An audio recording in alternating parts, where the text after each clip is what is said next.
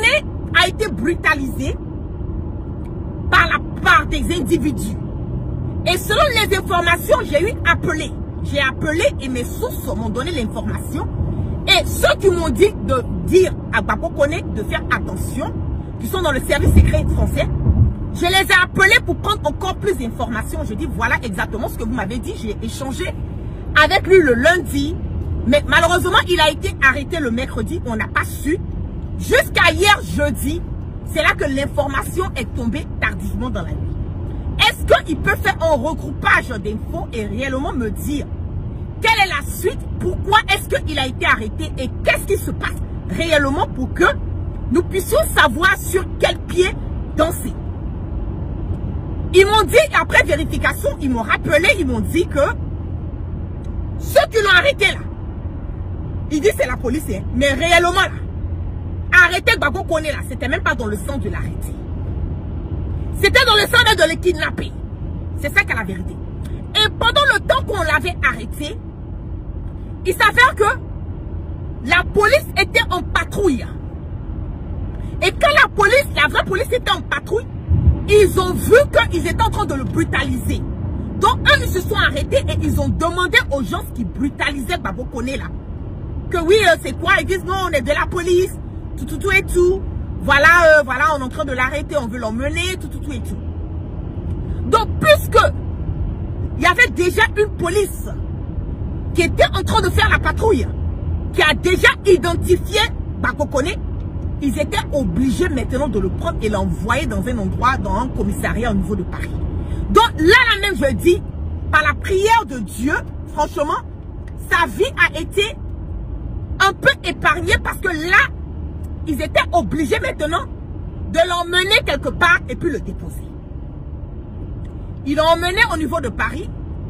Et quand ils l'ont emmené au niveau de Paris, ils l'ont laissé là-bas. Nous, on ne savait pas.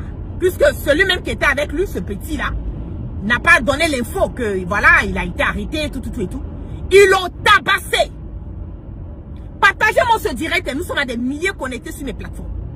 Ils ont tabassé Gbagbo Kone. Ils l'ont brutalisé, même quand il était dans la voiture. La voiture qui est des gens, des encagoulés là. Ils l'ont tabassé dans la voiture jusqu'à ce qu'il arrive à la police au niveau de Paris. Même si quelqu'un a commis un crime, ça ne donne pas le droit à la police ou à qui que ce soit de mettre la main sur lui. Et le fait qu'il est en train de se défendre, c'est normal. Vous venez arrêter quelqu'un. Vous ne vous identifiez pas. C'est normal pour la personne qui vient. Plusieurs personnes viennent s'acharner, même si c'est moi la gueule. Plusieurs personnes viennent s'acharner sur lui. Et puis bon, le gars ne sait pas ce qui se passe. Et il vient, boum, voilà, boum. On commence déjà à le mettre à terre, on veut le méloter. Mais c'est normal qu'il puisse se défendre. C'est normal. Ça, c'est tellement... Je ne sais pas quoi d'autre dire. Et plus que ça. Donc, dans ça, là, ils ont tabassé le gars. Aujourd'hui, ceux qui sont allés, qui ont pu avoir accès, quand ils l'ont emmené au niveau de Paris, qu'est-ce qu'ils ont fait après ça? La police qui a tabassé Gbagbo Kone là, ces gens qui l'ont tabassé là, maintenant, eux, ils déposent une plainte contre lui en disant que il a atteint à quoi? Il a violé la sécurité, il les a violentés. Donc maintenant, là, ce sont les encagoulés, là. Ce sont les encagoulés parce que quand tu viens chez quelqu'un, tu viens prendre quelqu'un, tu ne t'identifies pas, automatiquement, tu es considéré comme un encagoulé. Point barre. Tu es considéré comme un encagoulé.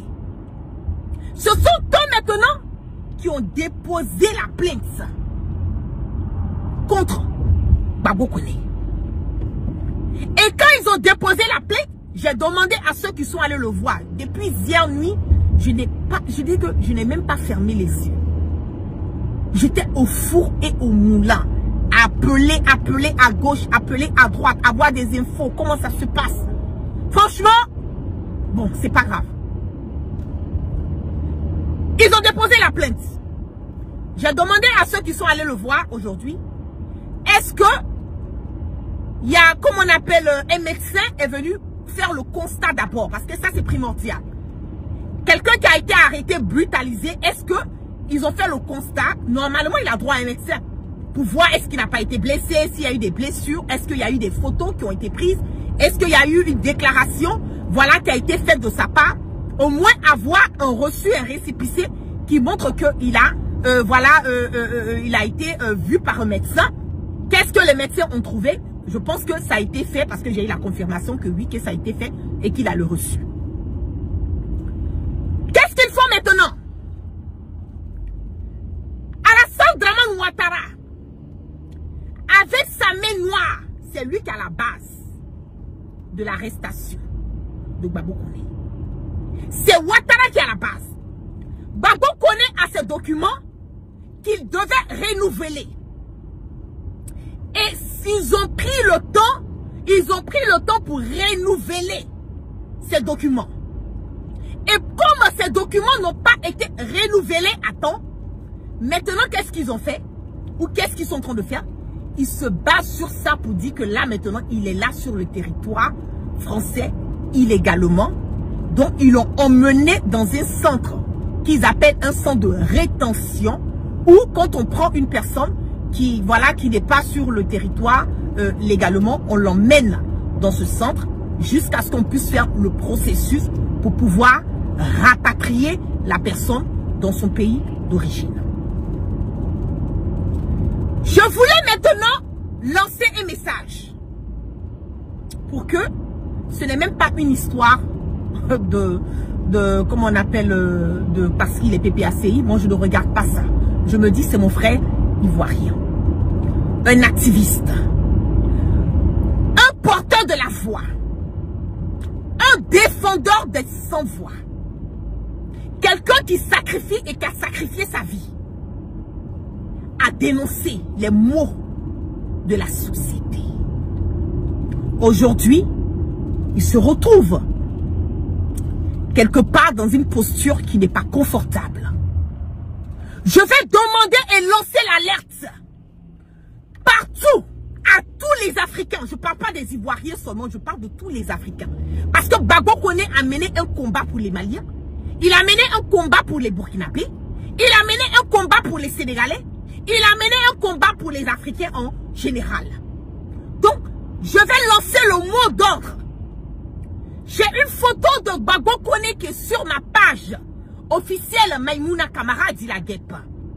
Je vais demander à tous les Africains de mettre la photo de Gbagbo Koné sur vos pages et de partager et de mettre en titre « Libérer Gbagbo Koné, sa vie est en danger s'il est rapatrié dans son pays qu'est la Côte d'Ivoire ». Je veux que tout le monde, et je dis, je lance le mot d'ordre, à demander à tous les Africains de mettre cette photo.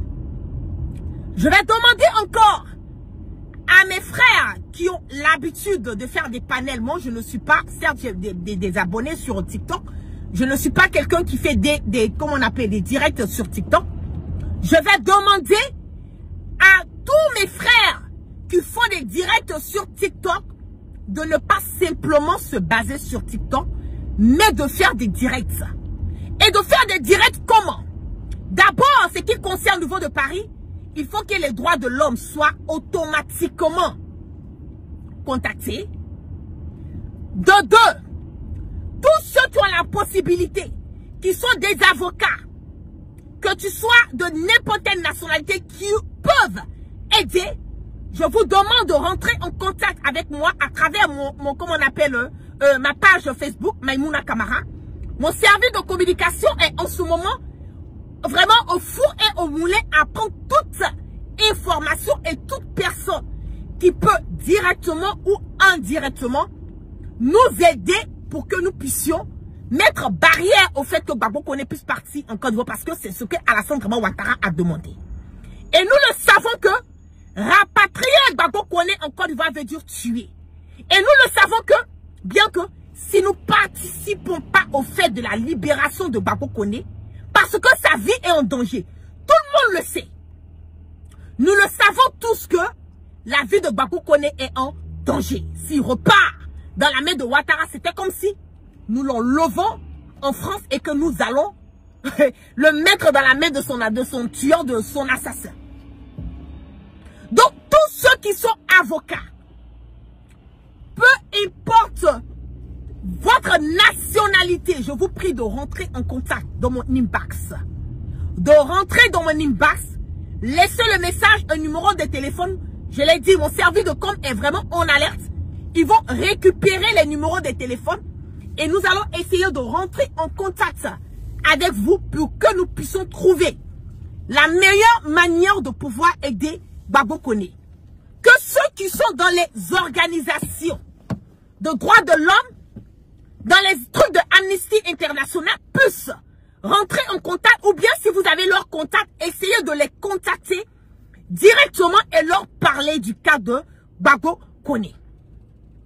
Et faites des directs en français, en anglais, en espagnol. Ça veut dire que si tu es dans un pays anglophone, fais un direct en anglais, lance l'alerte et mets la photo de Gbagbo Koné sur ton profil et tag les organisations internationales pour que cette photo, et je demande que ça soit une photo unique parce que si c'est la même photo qui circule partout sur les réseaux sociaux, ça va faire un clic dans la tête des autres personnes qui vont se dire, mais cette photo-là, nous la voyons un peu répétée partout. Qu'est-ce qui se passe réellement avec ce jeune? Ils vont prêter plus attention. C'est pour cela que nous demandons que ça soit la seule et l'unique photo qui va partager, qui va circuler sur tous les réseaux sociaux. Et cette photo est déjà sur ma page, c'est sur la page de Souley de Paris. J'ai vu la photo sur la page de Souley de Paris. Donc nous allons utiliser cette photo. Faites des directs pour ceux qui parlent anglais, faites des directs en anglais. Ceux qui parlent espagnol, faites des directs en espagnol. Ceux qui parlent le français, faites des directs en français. Sur vos pages Facebook, parce que les directs sur TikTok ne restent pas. On ne peut pas repartir et voir. Vous pouvez faire des directs sur Facebook aussi. Et couper les parties, partager ça sur vos Twitter, sur YouTube, sur TikTok. Mais il faut que la photo, l'image et les directs là soient réellement partagés, comme on le dit, vraiment au max pour que l'information puisse réellement partir. J'ai essayé d'appeler le centre de détention. Voilà, ce matin, j'ai essayé de les appeler.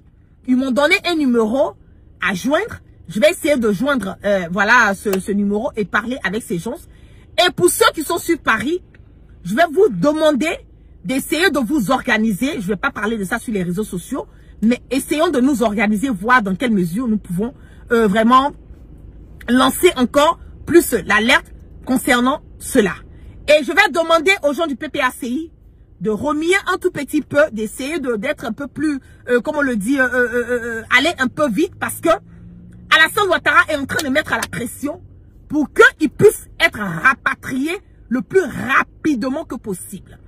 Donc, il faut que les droits de l'homme interviennent le plus rapidement pour qu'on puisse faire un blocage parce que, qu'on veuille ou pas, nous le savons et fort que sa vie est en danger s'il retourne en Côte d'Ivoire.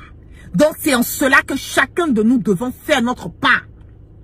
Et pour que nous puissions vraiment emmener ce jeune homme à retrouver, voilà, la liberté et pouvoir vaquer et continuer à mener ce combat que nous sommes en train de faire. Donc, sur ce, je ne serai pas du tout long. C'est l'information que j'ai pour le moment.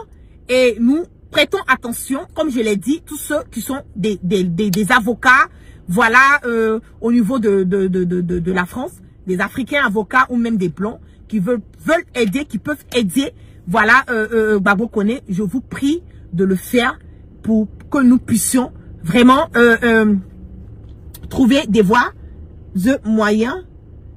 Quelqu'un qui me dit, c'est pas qu'il n'avait pas les papiers, il a les papiers, mais il faut renouveler. Voilà, il faut renouveler. Et vous savez, l'Europe là, vos histoires de rendez-vous, tout, c'est vraiment ouf. C'est la merde, quoi. Voilà, vos histoires de rendez-vous, c'est la merde. Donc, le temps qu'il est en train d'attendre pour avoir un rendez-vous, pour aller renouveler son document, ils ont saisi l'opportunité pour mettre la main sur lui. C'est ce qui s'est réellement passé. C'est la même chose qu'ils ont fait avec Steve Biko. Je pense bien que ces papiers, voilà, ils attendaient d'aller renouveler. Donc, c'est pendant ce laps de temps qu'ils ont mis la main sur lui. Donc, c'est ce qu'ils essaient de faire concernant Gbagbo Kone. Mais la différence avec Gbagbo Kone, c'est que lui, c'est un exilé. Lui, c'est vraiment sa vie en danger encore plus. Et lui, il est vraiment fiché déjà, comme on le dit dans le système français, comme quelqu'un qui est traqué, voilà, qui est menacé, voilà, par le gouvernement de Ouattara.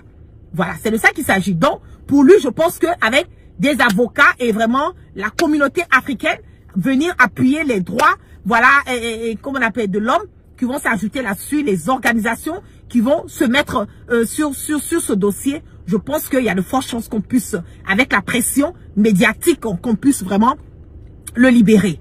Voilà, donc c'est ce message que je voulais vraiment lancer à tout un chacun et vous dire de ne pas vous décourager. Ça ne peut pas nous emmener à arrêter de mener le combat que nous sommes en train de faire parce que ce combat, c'est un combat générationnel. Il y a tout dedans. Voilà, on sera traqué, on sera intimidé, il y a d'autres qui sont arrêtés et tout, mais on va toujours rester dans nos bottes, on va toujours aller de l'avant, on va toujours avoir la vision de la libération, voilà, totale de nos différents États. C'est de ça qu'il s'agit.